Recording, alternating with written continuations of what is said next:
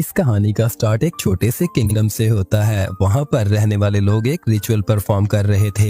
ये रिचुअल असल में ड्रैगन्स के लिए किया जाता है ताकि ड्रैगन्स इस किंगडम के लोगों को नुकसान न पहुंचा सकें। रिचुअल में बेसिकली किंगडम के लोग अपनी अनमैरिड लड़कियों को ड्रैगन्स के आगे सेक्रीफाइस कर देते हैं। वो लोग एक गाना गाकर ड्रैगन को बुलाते हैं और ऐसा करके वो लोग अपने किंगडम के बाकी लोगों को बचा लेते हैं। आज तक कोई भी इस ड्रैगन को नहीं मार पाया क्योंकि ये ड्रैगन एक मैजिकल आइलैंड पर रहता है जो सिर्फ एक सच्चे आशिक को ही नजर आ सकता है। फिर इस किंगडम के अच्छे दिन वापस लौट आते हैं और ड्रैगन जिस लड़की को अपने साथ ले गया था उसका सच्चा आशिक उस लड़की को ढूंढने के लिए निकल पड़ता है। वो ड्रैगन के आइलैंड को ढूंढ लेता है लेकिन तब तक काफी देर हो चुकी थी क्योंकि उसके आने से पहले ही ड्रैगन उस लड़की को मार चुका होता है। ये जानकर उस लड़की के आशिक को बहुत गुस्सा आता है और वो इस ड्रैगन को जान से मार देता है, जिसके बाद वो इस किंगडम का हीरो बन जाता है। लोगों में ये बात फेमस हो गई कि सारे ड्रैगन्स मारे जा चुके हैं, इसीलिए ये लोग इस आशिक की बहुत ज्यादा इज्जत करते थे। कई साल बीत चुके थे और ये आशिक अब बूढ़ा हो चुका था और इसका एक ग्रैंड सन भी था। अब जिस जगह पर वो रह रहा था वहाँ का शहजादा अपनी ग्रैंड डॉटर से कहता है कि मैंने तुम्हारे लिए एक लड़का देखा है और वो लड़का कोई और नहीं बल्कि उसी ड्रैगन हंटर का ग्रैंड सन था जिसका नाम इगोर था। सब लोग बहुत ज्यादा खुश थे क्योंकि उन्हें लगता था कि इगोर भी अपने दादा की तरह बहुत ज्यादा स्ट्रांग होगा। शादी का दिन आ जाता है और प्रिंसेस मीरा को एक बोट के ऊपर लटाकर छोड़ दिया जाता है और सब वही सॉन्ग सिंग करना स्टार्ट कर देते हैं।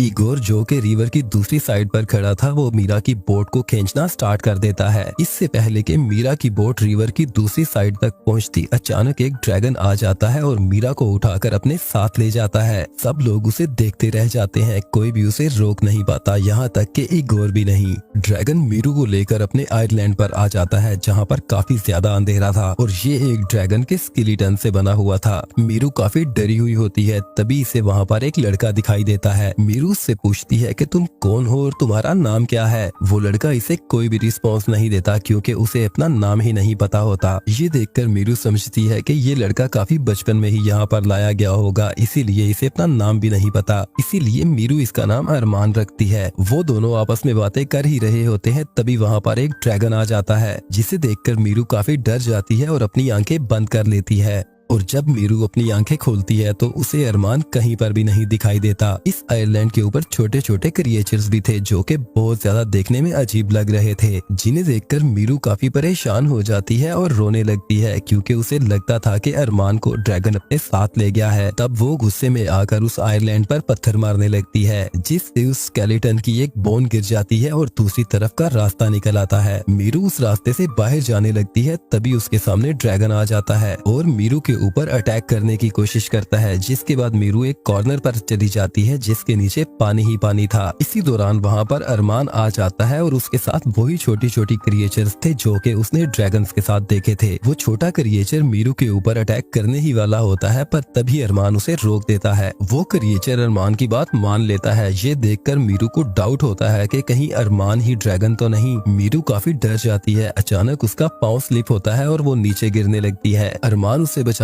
के लिए उसके पीछे जंप लगा देता है। तभी मीरू पर रिवील होता है कि अरमान ही असल में ड्रैगन है। अरमान मीरू की जान बचाने के लिए ड्रैगन में तब्दील होकर खुद ही नीचे जाकर गिरकर जख्मी हो जाता है। मीरू फौरन से उठकर चलाने लगती है कि मेरी हेल्प की जाए और अरमान भी फिर से इंसान बन चुका था और बेहोश हो चुका था। मीरू एक पत्थर उठाती है और उसे मारने लगती है लेकिन तभी उसे एहसास होता है कि ये तो मेरी जान बचाने के लिए जख्मी हुआ है, ये एक अच्छा ड्रैगन हो सकता है। अरमान पानी के अंदर होता है और मीरू उसे बाहर निकालती है। जब मीरू उसे आयरलैंड पर लेकर जाती है तो अरमान फिर से ड्रैगन में बदलने लगता है। ये देखकर मीरू काफी डर जाती है और अरमान फिर से इंसान में बदलकर गिर जाता है। अगली सुबह मीरू वहाँ से भागने का प्लान करती है पर तभी वहाँ पर काफी तेज तूफान आ जाता है और मीरू वहाँ से भाग नहीं पाती। रात को मीरू अरमान के जख्मों पर मलहम लगाती है और वहीं पर सो जाती है। रात को जब मीरू सो रही होती है तभी उसे एक सपना आता है कि इगोर उसे बचाने के लिए आया है और अगले ही पल इगोर इगोर अरमान में बदल जाता है जो उसे किस करने ही वाला होता है। तभी मीरू की आंख खुल जाती है। वो देखती है कि अरमान ने उसके ऊपर कंबल रखा है और साथ ही खाने के लिए भी। वहाँ पर अरमान ने आग भी जलाई होती है। मीरू को अब पूरी तरह से यकीन आ चुका था कि अरमान उसकी जान नहीं लेगा। वो अब नीचे जाती है जहाँ पर अरमान फिशिंग कर रहा होता है। वो अरमान से बात करने की कोशिश करती है पर अरमान उसे कोई भी रिस्पॉन्स नहीं देता और जब मीरू उसे परेशान करने लगती है तब वो इससे बात करने के लिए मान जाता है। मीरू कहती है कि मैं जानती हूँ कि तुम मुझे मारना नहीं चाहते,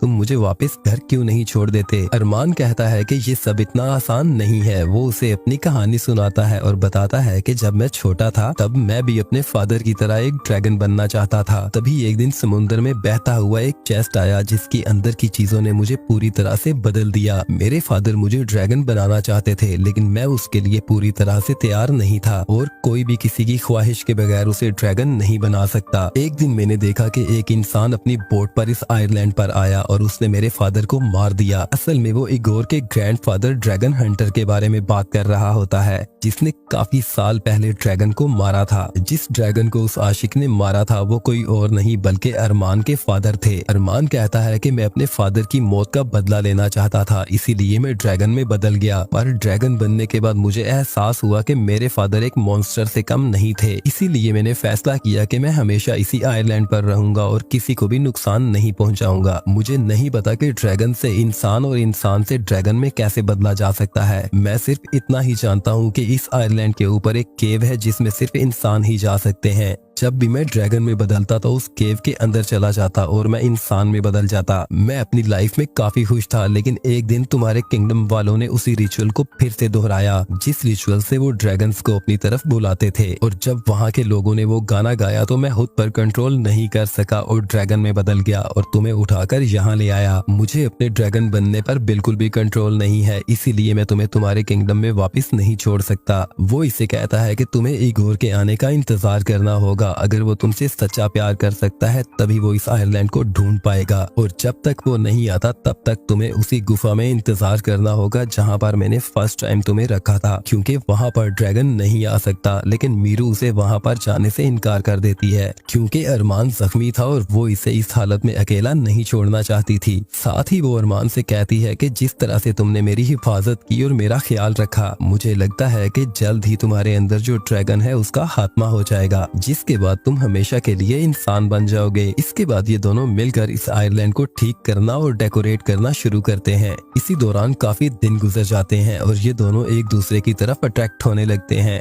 कहीं न कहीं मीरू को अरमान से प्यार हो चुका है, लेकिन एक दिन अरमान देखता है कि मीरू ने एक बोट बनाई है जिसे देखकर अरमान को काफी दुख होता है क्योंकि उसे लगता था कि मीरू उससे प्यार करती है और उसका ख्याल करने के लिए इस आइलैंड पर रुकी है। लेकिन बोट को देखने के बाद अरमान जान चुका था कि मीरू यहाँ से भागना चाहती है क्योंकि बोट के साथ एक नक्शा भी होता है। इसके बाद वो मीरू के पास जाता है और उसे बताता है कि ड्रैगन्स यहाँ पर जिन लड़कियों को लाते हैं वो उन्हें अपनी आग में तब तक तपाते हैं जब तक वो राख नहीं बन जाती और उसी राख से बच्चे पैदा होते हैं जिनसे ड्रैगन्स अपनी फैमिली को आगे बढ़ाते हैं। मेरा जन्म भी ऐसे ही हुआ था। मैंने तुम्हारी बोट को देख लिया है। इससे पहले कि मैं तुम्हारे साथ वैसा ही करूं जैसा कि ड्रैगन्स बाकी लड़कियों के साथ किया करते थे, तुम अपनी बोट लो और जल्दी से यहाँ से निकल जाओ क्योंकि इतने टाइम से मैं अपने अंदर के ड्रैगन को जितना कंट्रोल कर रहा था अब मैं उसे मजीद और कंट्रोल नहीं कर सकता। अगली सुबह मीरू अपनी बोट लेकर इस आइलैंड से निकल जाती है। दूसरी तरफ इगोर को दिखाया जाता है जो अपने लोगों के साथ मिलकर मीरू को काफी अरसे से ढूंढ रहा था, लेकिन वो उस आइलैंड तक नहीं पहुंच पाता क्योंकि वो मीरू से सच्चा इश्क नहीं करता और ना ही मीरू उससे प्यार करती है। तभी वो देखता है कि सामने से एक बोट आ रही है जिसमें मीरू है। मीरू को जिंदा देखकर वो काफी ज्यादा खुश होता है। इगोर मीरू को कहता है कि मुझे उस आइलैंड पर ले चलो जिस पर वो ड्रैगन है। मीरू उसे कहती है कि वो ड्रैगन मर चुका है और ना ही मैं उस आइलैंड पर वापस जाना चाहती हूँ, मुझे जल्दी से अपने घर ले चलो। इगोर उसकी बात मान लेता है और उसे उसके महल में वापस ले आता है। मीरू के फादर उसे जिंदा देखकर बहुत ज्यादा खुश होते हैं और एक बार फिर से वो लोग इगोर और मीरू की शादी की तैयारियां शुरू करते हैं। मीरू की शादी वाले दिन मीरू को फिर से वहाँ की रस्मों के हिसाब से बोट में लटाया जाता है। उस बोट को पानी में छोड़ दिया दिया जाता है और इस बोट को इगोर अब अपनी तरफ खींचेगा। हम देखते हैं कि बोट में लेटी हुई मीरू की आंखों में आंसू आ जाते हैं क्योंकि वो इगोर से नहीं बल्कि अरमान से प्यार करती है। ये सब जानने के बावजूद भी कि वो इंसान होने के साथ साथ एक ड्रैगन भी है और उससे इसकी जान को खतरा भी है, इस सब के बावजूद भी वो अरमान से प्यार करती है। इसीलिए मीरू सबसे कहती है कि मैं ये शादी नहीं कर सकती। वो इन्हें बताती है कि मैं इगोर से नहीं बल्कि अरमान से प्यार करती हूँ। ये जानकर सभी लोग हैरान हो जाते हैं। वहीं हम अरमान को देखते हैं जो इसकी याद में पागल बैठा होता है और मीरू की याद में ही वो ऊपर से नीचे जंप कर जाता है। दूसरी तरफ मीरू अपनी बोट के ऊपर खड़ी होकर उसी गाने को गाने लगती है जो ड्रैगन्स को अपनी तरफ अट्रैक्ट करता है। बोट के साथ बंधी हुई रस्सी को मीरू निकाल देती है जो कि इगोर अपनी तरफ खींच रहा होता है। कुछ ही देर में वहाँ की हवाएं तब्दील हो जाती हैं और अरमान एक ड्रैगन की सूरत में वहाँ पर आ जाता है। उसे वहाँ देखकर मीरू काफी ज्यादा खुश हो जाती है। वो मीरू को अपने साथ उठा के वहाँ से ले जाने लगता है। तभी इगोर अपने भाले से उसके ऊपर अटैक करने ही वाला होता है। तभी उसका भाई उसे रोक लेता है और उसे कहता है कि तुम कभी भी मीरू से प्यार नहीं करते थे और तुम ऐसा करके हमारे किंगडम के लोगों की जान को खतरे में डाल रहे हो। इगोर रुक जाता है और ड्रैगन मीरू को लेकर अपनी केव में आ जाता है और यहाँ पर वो मीरू को जलाने वाला होता है क्योंकि वो अपनी सेंसेस में नहीं था। लेकिन यहीं पर मीरू उसे कहती है कि मैं तुमसे प्यार करती हूँ। ये सुनकर ड्रैगन काफी हैरान हो जाता है कि ये मेरे इस रूप को देखकर भी ऐसा कह रही है। मीरू उसे कहती है कि अरमान तुम चाहे मुझे जला दो, मैं तुम्हें छोड़कर यहाँ से नहीं जाऊंगी क्योंकि मैं सच में तुमसे प्यार कर बैठी हूँ। ये सब जानने के बाद ड्रैगन काफी ज्यादा उदास हो जाता है और मीरू की गोद में सर रख कर लेट जाता है क्योंकि किसी ने पहली बार इस ड्रैगन के साथ इतने प्यार से बात की। इसके बाद हम देखते हैं कि इन दोनों की शादी हो जाती है और ये दोनों खुशी खुशी रहने लगते हैं। मूवी के एंड पर हम देखते हैं कि ये दोनों अपनी छोटी सी बेटी को अपनी लाइफ की स्टोरी सुना रहे होते हैं और यहीं पर ये स्टोरी एंड होती है।